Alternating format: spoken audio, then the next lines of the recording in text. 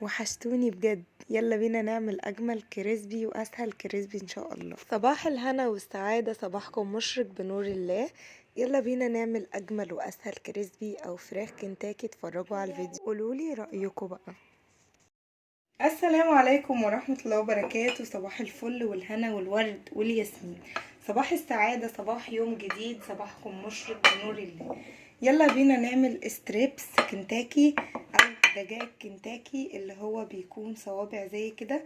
انا جبت صدر من البانيه وفضلت اقطعه بالشكل دوت صوابع تكون تخينة شوية اهي سمكها.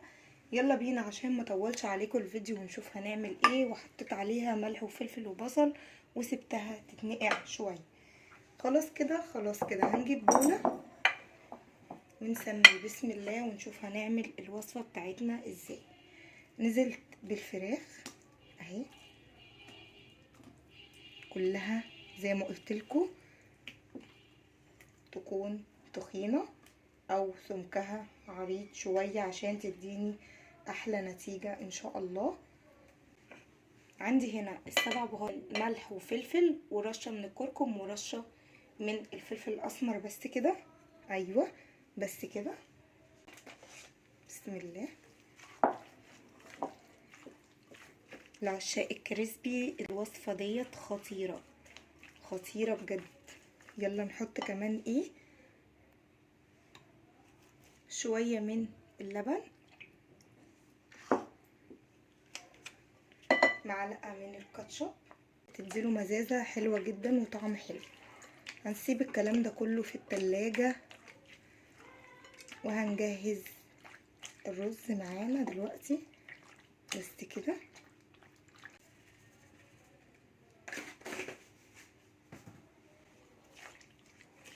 بس كده ولا اكتر ولا اقل.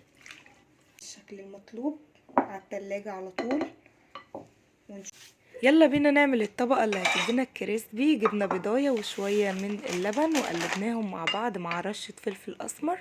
جبت كمان بقسماط او فيجيتار او اي حاجة ودقيق وهبتدي اعمل الطبقة بتاعتنا. ويلا بينا نعمل الرز ونشوف. يلا بينا نعمل الرز. كبيرة من السمنة مع شوية من الزيت طبعا عشان بس ما تتحرقش. نشوح كل الكلام ده مع بعض.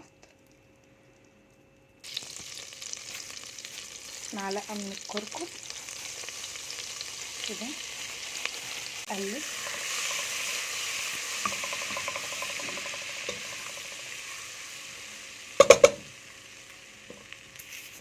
كده اكون غسله الرز ومصفيه كويس جدا. هنزل بالرز ونقلب ندخل كل الكلام ده في بعضه. يلا بينا نعمل سلطه الكولسلو. معايا هنا معلقه صغيره جدا من الخل، ربع كوبايه من اللبن، معايا عسل نحل، ومعانا كمان سكر. والخل ده انا رش عليه رشه بسيطه قوي من الملح عشان يعادل الطعم. يلا بينا نقطع ونسمي بسم الله كده ونصلي على النبي. بسم الله الرحمن الرحيم. هناخد طبعا على قد ما هنعمل بس نقطع كده ونرجع تاني نصغر التقطيع على قد ما بالشكل ده.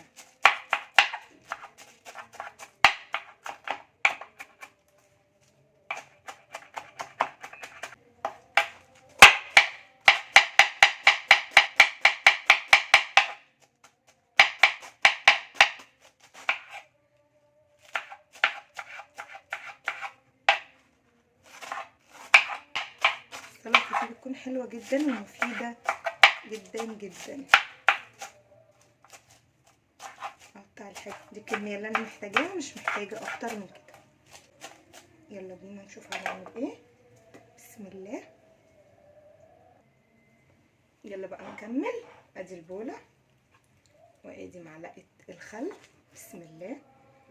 طبعا اللبن ده ممكن استبدله بمايونيز بس انا مش بحب طعم المايونيز فيها، فهحط لبن. معلقتين من السكر وكمان هاخد عسل نحل. لو مش متوافر عندي ممكن استعمل عسل اللي هو بتاع الشربات العادي اللي احنا بنعمل بيه الشربات، بس هنا متوافر، فانا هاخد معلقتين، عشان طبعا انا حاطه خل، معلقتين صغيرين بس هرميين يعني، معلقه ونقلب.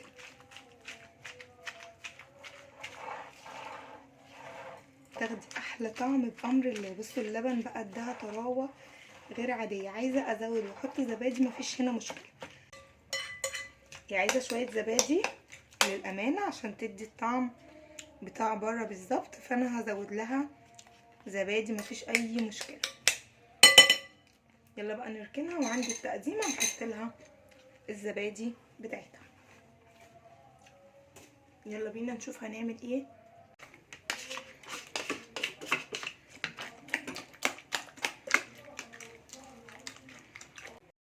يلا بقى نحط له حاجه بسيطه قوي من دبس الرمان. بصوا ولا اي حاجه، بس هتدي غمقان للون بس كده.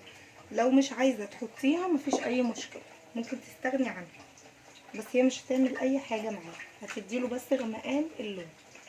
نسمي بسم الله كده ونشوف هنعمل وصفتنا ازاي. انا حاطه الزيت تقريبا سامعين صوته، فهو كده عمل معايا كويس جدا فبيطشطش.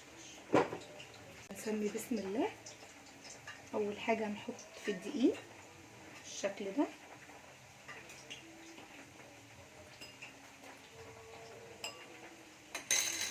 اهو، وبعدين انزل على البيض كده،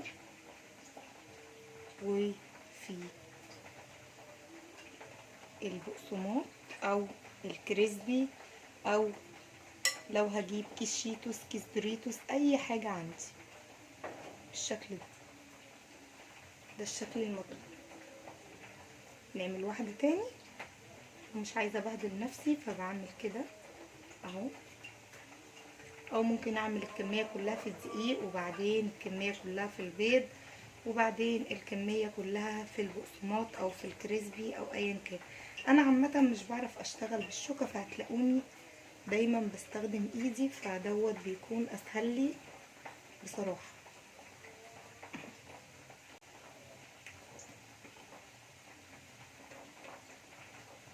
ده الشكل اللي انا عاوزاه.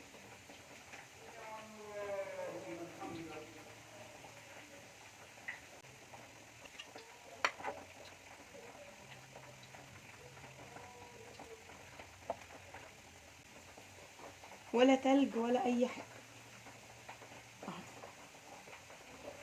ولا اسيبه في التلاجة ولا حاجه. هي الطبقه دي اوريدي هلاقيها معايا وماسكه نفسها جدا جدا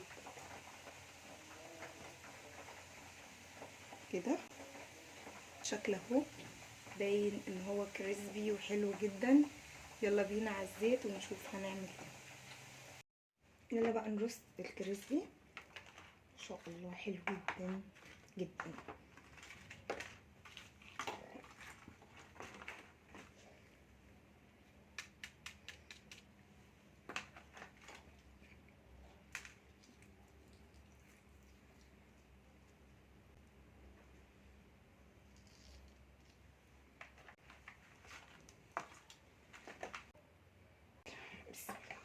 وهنا خلاص كنت خلصت كل حاجة، وببتدي افضي الرز.